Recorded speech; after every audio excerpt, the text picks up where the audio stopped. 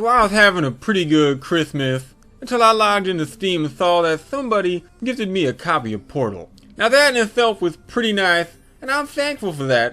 But as I began to play Portal, I had this terrible feeling, like what a little kid gets when they gotta walk down basement stairs in the dark. And this horrific, repressed memory came to light.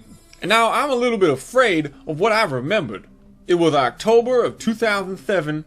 Valve put out a product called the Orange Box. It bundled together Half-Life, Half-Life Episode 1 and Episode 2, Team Fortress 2, and a little game called Portal. And my dad loved Half-Life, and I knew he would love a copy of the Orange Box for Christmas. So I get out of my house on a crisp October morning, and I didn't have a car. I was broke as shit. And to make things even worse, I had a pretty bad flu, but I was a bit of a shithead back then, so I didn't pay that any mind. So I walked my stanky ass all the way down to the GameStop, 5 miles from my house. And my nose is running, and I'm rubbing boogers on my sleeve.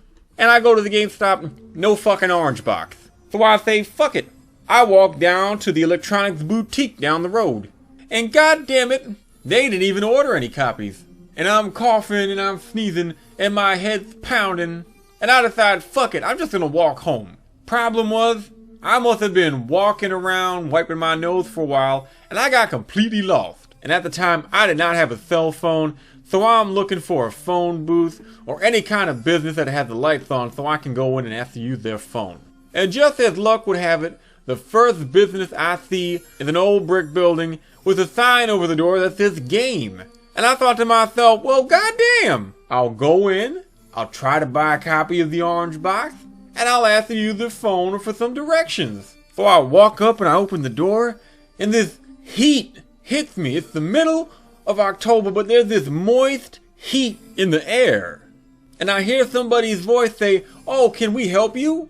And I look across the room, and there is a big, morbidly obese man wearing a threadbare Star Trek t-shirt, which is like he sweated through it, but also he has big fat nipples, and it might have been some like man lactation going on. I did not know.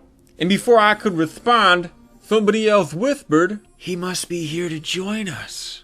And I said, oh, excuse me, do you have any copies of the Orange Box? And the first voice said, Orange Box? What?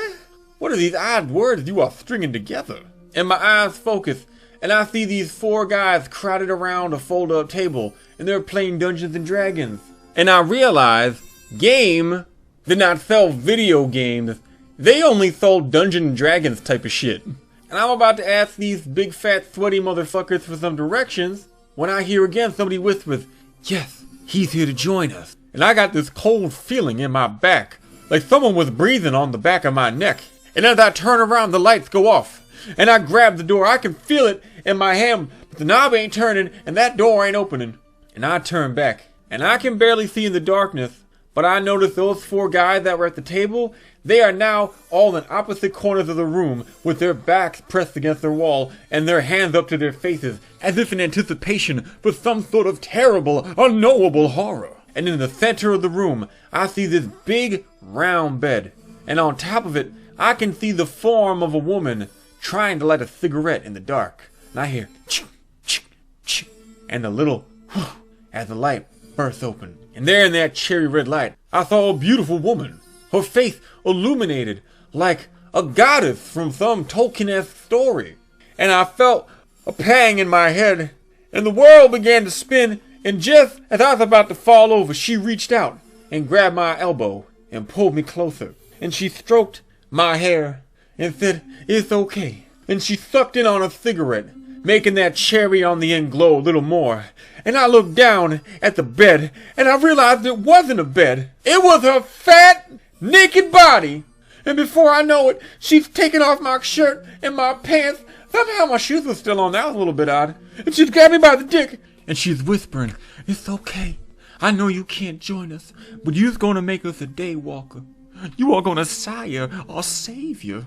And I hear from the 4 corners of the room, those boys start chanting, Daywalker, Daywalker, Daywalker, Daywalker. jaywalker, and there's boogers running out of my nose, and I'm coughing, and I'm sneezing, and I'm pumping away, and I don't want to pump away, but I'm doing it because my dick was like, hey man, let's just go.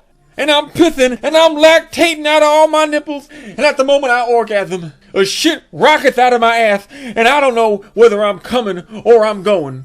And the world goes black. I don't mean I passed out, I mean I ceased to exist for a moment. And I woke up in my room, feeling all nasty, like I just licked a D-cell battery with every inch of my body. And I checked myself over, and I got all my clothes on. I got my shoes on.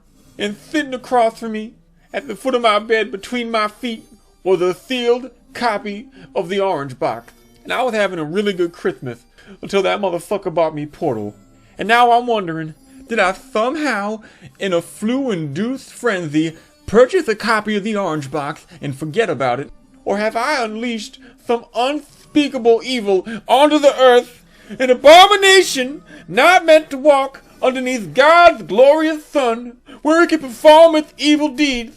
And if so, it's actually not that bad. I mean, I got the blow a load inside, not paying any child support for a change.